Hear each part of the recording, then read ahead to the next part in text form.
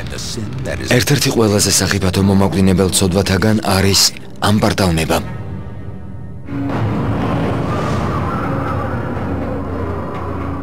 ეს მნიშვნელოვანი ქრისტიანული კონცეფციაა. თუმცა მის შესახებ ბიბლიაში არაფერია ნათქვამი. პირველად ისინი ეგვიპტის უდაბნოში ახალი აღთქმის დაწერიდან 300 წლის შემდეგ აღმოაჩინეს. ჩვენი წელთაღრიცხვით 375 წელს ბერი სახელად ევაგრიუს პონტიკუსი კონსტანტინოპოლის ცუდუნებებს ეგვიპტის უდაბნოში ქრისტიანულ მონასტერში დაემალა და ადამიანის სულის ყველაზე მძიმე ცდუნებათა კატალოგიზაციას შეუდგა. მისი აზრით ადამიანის სულს 8 საშიში ცდუნება ელოდა და რომ ეს ცოდვები იყო პირდაპირ გზა ჯოჯოხეთისკენ. მათ შორის ერთ-ერთი ყველაზე მომაკვდინებელი ამპარტავნება იყო. ევაგრიუსი გვაფრთხილებდა, რომ ამპარტავნება ძირს უთხრის ყველაფერს, რასაც შეეხება. ის მას სულის ჩირქგროვად მოიხსენიებს და წერს. როცა ის მომწიფდება, გასკდება და საზისღარ სიბინძურეს შექმნის. 7 მომაკვდინებელი ცოდვა სრულად ჩვენი წელთაღრიცხვით 590 წელს ჩამოყალიბდა. როცა პაპმა გრიგოლ დიდმა ევაგრიუსის ჩამონათვალს გადახედა და სია 7-მდე შეამცირა. მან ცდუნებები ცოდვებად გადააკეთა და მათ მომაკვდინებელი უწოდა. პაპი გრიგოლისთვის ამპარტავნება ყველა სხვა ცოდვაზე უარესი იყო. ის სწორედ ამ ცდუნებას თვლიდა ნებისმიერი სხვა ბოროტების გამომწვევად. პაპი წერდა, ამპარტავნება არის ყოველი ცოდვის სათავე. მაგრამ რა არის ამპარტავნება? ან რატომ მოიაზრება ის ყველაზე დიდ ბოროტებად? ამპარტავნება განიმარტება როგორც ქედმაღლობის ერთ-ერთი ფორმა, როგორც პატივმოყვარეობა, საკუთარი თავის გადაჭარბებული შეფასება. თეოლოგიის თანახმად ამპარტავანი ადამიანი უფლის საჭიროებას ვეღარ გრძნობს. ცოდვები ერთად მუშაობენ და მათაც ყავთ უფროსი. სწორედ ასეთი ზემდგომი ცოდვა არის ამპარტავნება.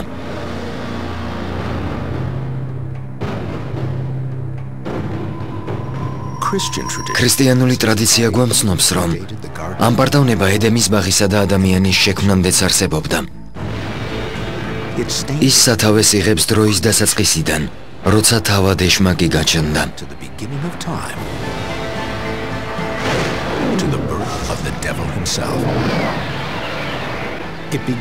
ის ანგელოზად შექმნილი ღმერთის საყვარელი არსებიდან, ლუციფერიდან მოდის. ლუციფერი ანგელოზი იყო, რომელსაც ზეცაში ღმერთის შემდეგ უმაღლესი მდგომარეობის დაკავება სურდა. უნდოდა ისეთივე ყოვლის შემძლე ყოფილიყო, როგორიც თავად ღმერთია. იუდაიზმი, ქრისტიანობა და ისლამი ლუციფერის შესახებ მსგავს ლეგენდებს მოგვითხრობენ, რომლებშიც ამბოხის გამო ლუციფერის ზეციდან გაძევებაა აღწერილი.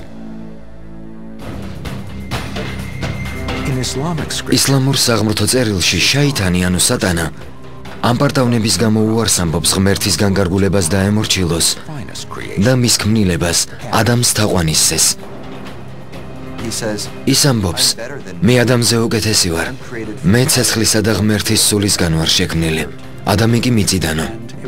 მის ამპარტავნებას, მის სურვილს რომ ღმერთს გატოლებოდა, მოხვა ის რომ ლუციფერის ზეციდან ჩამოაგდეს.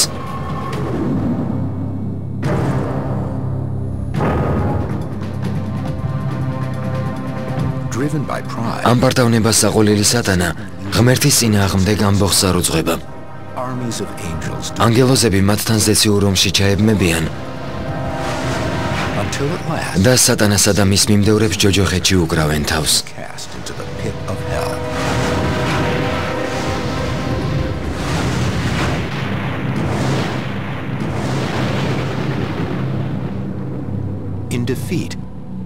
უფლის საყვარელი არსება ლუციფერი დამარცხდება.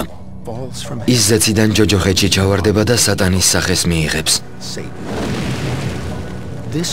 რელიგიური გავთა შორის ეს ერთ-ერთი ყველაზე შთამბეჭდავია. თუმცა ბიბლიაში ის მოცემული არ არის. სატანის დაცემა ძველი ლეგენდებიდან მოდის, რომლებსაც ზოგჯერ ძველი აღთქმის დაბადების წიგნს საუმძღვარებენ ხოლმე. მიუხედავად იმისა, რომ ეს მოთხრობა ბიბლიაში არ შედის, ის უაღრესად საგულისხმო იგავია ამ პარტავნების გამანადგურებელი ძალის შესახებ. ანგელოზების სიძვის სასოწარკვეთილების ან ანგარების სოდვაში არ ვარდებიან. მათ ამ პარტავნება აცდუნებთ. ღვთის წინაშე ჩადენილი ყველაზე დიდი ცოდვა სწორედ ეს არის. ამ თვალთახედვით ჩვენ სწორედ დაცემული ანგელოზებივით ვერ ვერევით ამ პარტავნების ცდუნებას.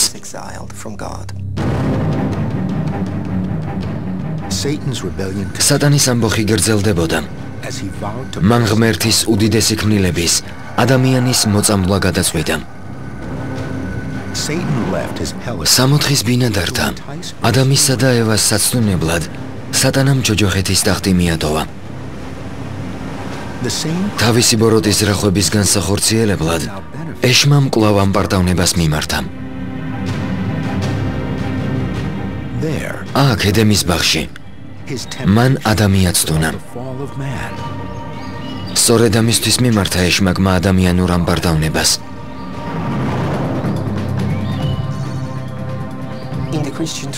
ქრისტიანულ ტრადიციაში ადამისა და ევას სოდვა ამ პარტავნებაა.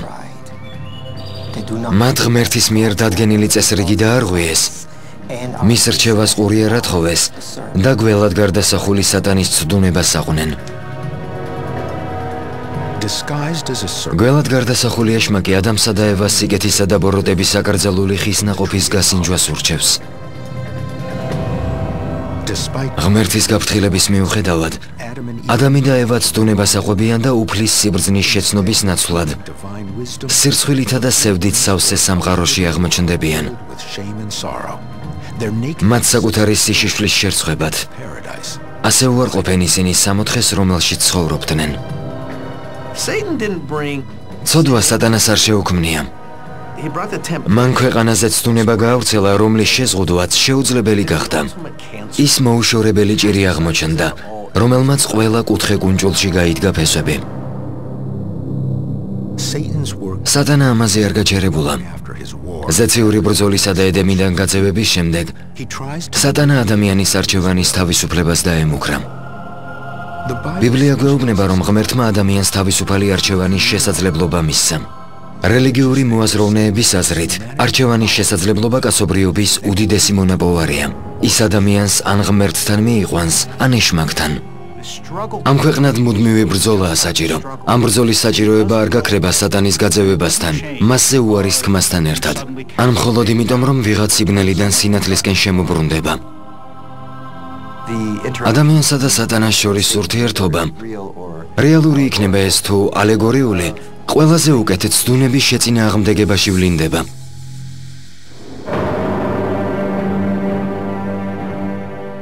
ისტორიის მანძილზე არაერთი ღვთისმოსავი ადამიანი აღყოლია ცდუნებას და ცოდვაში ჩავარდნილა. როცა ქრისტიანმა ბერმა ევაგრიუს პონტიკუსმა პირველად შექმნა ცოდვათა ჩამონათვალი, მასში 8 ცდუნება შეიტანა. მათ შორის ამ პარტავნება ფუნდამენტური მნიშვნელობისა იყო. თავიდან ამ პარტავნება იმდენად დიდი და მნიშვნელოვანი ცოდვა იყო, რომ ორს უდრიდა.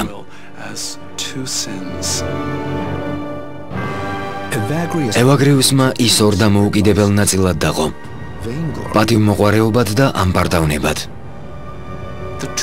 ეს ორი ცდუნება, პატივმოყვარეობა და ამ პარტავნება, მართლაც ყველაზე უფრო საშიშია. პატივმოყვარეობა დიდების გადაჭარბებულ სიყვარულს გულისხმობს. ამ პარტავნებაში ჩავარდნილი ადამიანი სხვა ადამიანებს საკუთარი ეგოს საამებლად იყენებს. შენ მხოლოდ იმიტომ მჭირდები, რომ დროდადრო შემახსენო თუ რა შესანიშნავი ადამიანი ვარ მე. ევაგრიუს ჯეროდა, რომ პატივმოყვარეობა სიწმინდისგან შორს იყო. ის წერდა: დიდების მოყვარული ადამიანი ვერასოდეს ამაღლდება ღმერთამდეო. საგულისხმოა, რომ პატივმოყვარეობას სხვისი აზრი აინტერესებს. ამ პარტავნება კი მხოლოდ საკუთარ თავზეა კონცენტრირებული. ამ პარტავნება თვითკმარობის ცოდვაა, როცა ადამიანი უფლის საჭიროებას ვეღარ გრძნობს. ყველაფერი, რაც ღმერთის ადგილის შესახებ კითხვებს წარმოშობს, ყველაფერი, რაც გულისხმობს, რომ უფრო უნდა აუმაღლდეთ, ვიდრე ამისი უფლება გვაქვს, არის ამ პარტავნება. ჩვენი წელთაღრიცხვით 590 წელს პაპმა გრიგოლ დიდმა ევაგრიუსის 8 ცდუნებას გადახედა. მისი აზრით 7-იანი იყო საკრალური ციფრი. 7-იანს ყოველთვის მოიაზრებდნენ წმინდა, ანუ ძლიერ ციფრად. ანტიკურ ხანაში ზეციური მოწყობის 7 დონე წარმოედგინათ, რასაც ჩვენ 7 დიდ პლანეტასთან ვაიგივებთ.